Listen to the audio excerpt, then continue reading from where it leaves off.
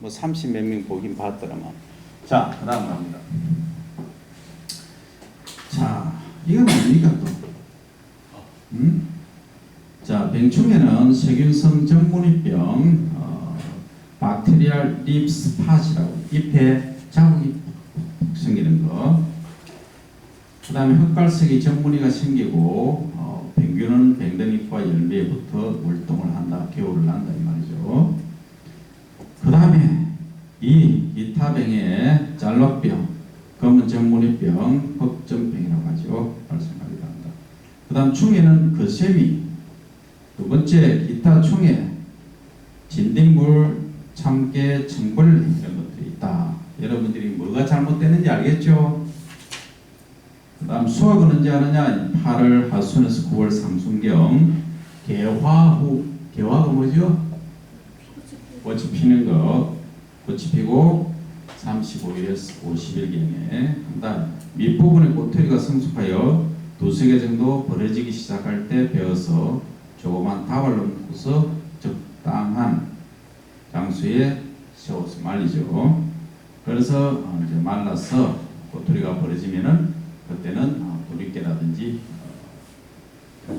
뭐 해초리 모양 그런 것들을 활용해서 탈곡을 하면 된다 이 말이죠. 그 다음에 들깨입니다. 들깨는 여러분들 참깨에 있어서 참기름 하면 고소하다 하는 느낌이 들죠. 근데 들기름 하면은 어떤 느낌이 들어요? 덜덜하다 그래요. 덜덜하다. 별로 참깨처럼 고소한 맛이 없죠. 들기름 안 먹어봤어? 안 먹어본 것 같아. 안 먹어본. 오늘 집에 가서 또 주말에 집에 가든지 하면 엄마한테 엄마 들기름 넣어서 나물 좀 만들어 주세요. 안 그러면 본인이 해도 돼. 다 팝니다. 그죠? 간단히 이야기하면 이 들기름은 들기는 야생이라는 뜻이 우리 들판하죠, 그죠? 거기서 나온 그 어원을 갖고 있습니다. 그래서 이 기름 중에서 국내에서 생산되는 수입되는 거 말고 기름 중에서 가장 최고의 기름이 들기름이다. 이 들기름은 소위 이제 불포화 지방산이 많다 적다? 많다. 그럼 포화지방산하고 불포화지방산을 어떻게 구분한다? 응? 포화지방산, 불포화지방산. 자, 우리가 기름을 크게 두 종류로 구분을 한다. 하나는 포화지방, 하나는 불포화지방. 포화는 뭐냐? 포화되어 있다, 꽉 차 있다, 꽉 차서 뭔가 더 비집고 들어갈 틈이 없다 이 얘기. 꽉 찼다, 그죠? 영어로 하면 saturated 됐다, saturation이라고 하죠.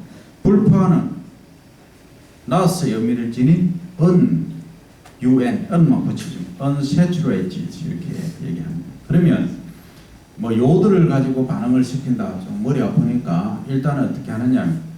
이 탄소가 이렇게 체인을 하고 있어요. 탄소가 16개 또는 18개로 쭉 연결되어 있는 게 뭐다? 지방이에요. 근데 거기다가 단일 결합으로 탄소 이렇게 되어 있는데 뒤에 가서 탄소가 두 개 이중 결합으로 연결된 거 있대. 그게 이중 결합이 하나 있냐, 두 개 있냐, 세 개 있냐, 이 세 종류가 있다 이 말이죠. 그래서 이 이중 결합이 있으면 뭐다? 불포화 지방이다 이렇게 말을 합니다. 그럼 불포화 지방의 특징이 뭐냐? 간단히 얘기하면 불포화 지방은 실온에서 한 20도 근처에서 굳어지지 않는다. 그럼 포화 지방은 어떻게 되겠다? 실온에서 굳어진다. 그래서 여러분들이 쇠고기, 뭐 동물성 지방이 있죠. 그걸 기름을 받아서 놓으면 어떻게 된다? 굳어지죠. 열에 있을 때는 녹지만은 녹아서 실온에 30도 이하 두면은 굳어진다 이 말이죠. 그러면 그게 혈관에 들어가면 어떻게 되겠다? 안 봐도 원이 답이 나오죠. 그럼 혈액순환이 어떻게 된다? 잘 된다 못된다. 잘 못된다. 그래서 문제를 유발한다. 그래서 40, 50대 이상이 되어서는 부화 지방을 섭취하면 별로 안 좋다. 그래서 기름기를 빼고 단백질을 섭취하는 것은 좋다. 그 중에서 이제 우리가 포화지방은 얘기를 했고, 불포화지방은 주로 이제 들기에 가장 많다. 그래서 들기름을 최고의 기름으로 꼽고 있다. 그런데 문제가 있다. 뭐냐? 산소에 노출되면 산소하고 결합을 한다. 그래서 그걸 일명 산패라고 합니다. 산패. 들어봤습니까? 산패. 그래서 옛날에 이제 우리가 그 과자, 옛날식 과자, 그런 데는 주로 이제 이 들기름을 써서 만듭니다. 만들면 이게 이제 주로 시골에 가면은 그 비닐봉투 있죠. 이런데 큰데 담아서 판다. 그러면 보관하면 어떻게 됩니까? 산소가 많이 들어가 있죠. 그러면 산패를 한다. 오히려 안 좋을 수 있다. 그래서 어떻게 보관한다? 완전히 진공된 상태, 아니면 소파장으로 해야 된다. 들기름도 마찬가지다. 그래서 모 회사에서는 이 산소 탈취제라는 게 있어요. 여러분들 그 김이나 이런 거 구입하면 안에 뭐가 들어있어요? 김 말고 방부제, 흡습제라는 게 있죠. 그죠? 흡습제. 이 뜻이 흡습제는 수분을 흡수하는 거고, 그 다음에 산소 탈취제는 산소를 흡수하는 거예요. 그 산소가 있으니까 미생물이 호흡을 하고 부패가 된다. 산소를 제거하는 그런 그 제품을 만드는 회사도 있다 하는 겁니다. 어쨌든 그런 데까지 여러분들이 어느 정도 이해를 해야 되겠다. 들깨는 이렇게 기름을 짜서 이용을 하기도 하지만 또 많이 쓰이는 게 뭐냐? 잎들깨라고 있죠. 잎을 이용해서 주로 어디 씁니까? 여러분들 횟집이나 고기 사 먹을 때 뭘 갖고 사 먹어요? 깻잎이죠. 그 깻잎이 참깨잎입니까? 들깨잎입니까? 들깨잎이요. 참깨 아니에요. 들깨잎.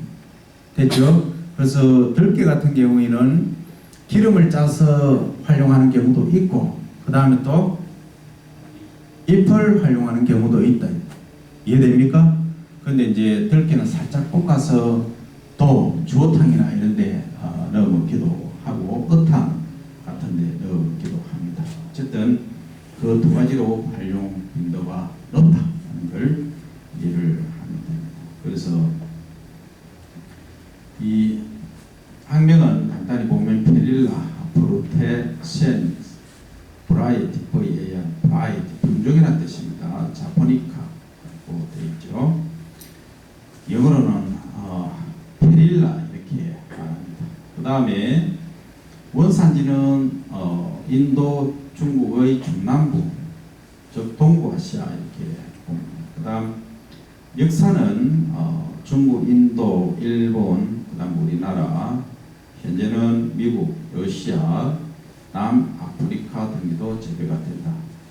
그 다음 들깨 열매는 40에서 45%의 유지 기름이죠. 기름이 함유되어 있다. 그래서 들깨 기름은 건성류에 속한다. 건성류는 뭐냐 하면 그냥 펼쳐놓고 뭐 그릇에 남겨두면은 증발한다 이런 뜻이에요.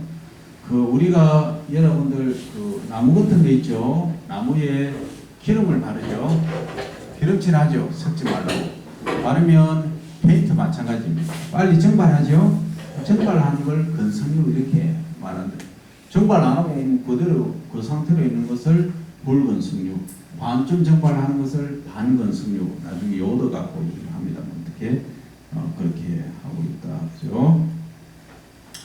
그 다음에 들깨는 꿀물이 아니고 꿀풀과입니다. 꿀풀과에 속하는 1년생 역시 초본이다 하는 얘기입니다.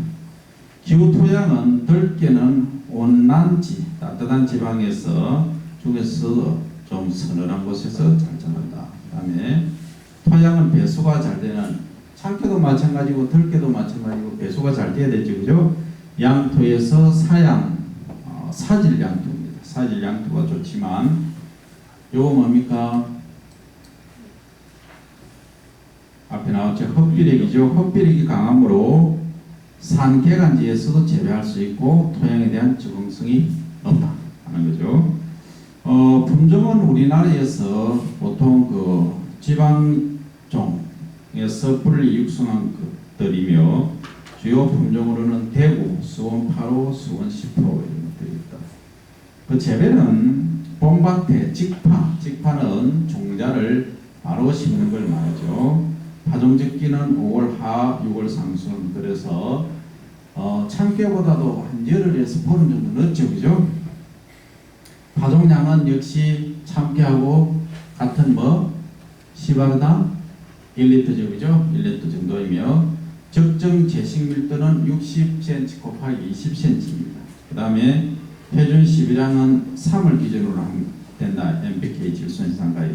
그러나 종자로 이제 파종하면은 어떻습니까? 잡초 방제가 어렵죠. 어려워서 모를 키우는 거예요. 조금 육묘 상자에서 키워가지고 옮겨 심는다. 그걸 뭐라 한다? 이식이라 한다. 이식할 경우에는 파종 적기가 직파 재배를 할 때보다 다소 빠르다. 그래서 파종량은 시바르당 0.1에서 0.2, 시바르당 묘상 면적은 0.7R 21평 정도다. 그래서 묘상에서 약 35일간 흑묘를 한다. 묘를 길러서 6월 중하순경에 버퍼에 본 포장에 이 말입니다. 60cm 곱하기 30cm로 이식을 한다 하는 얘기죠.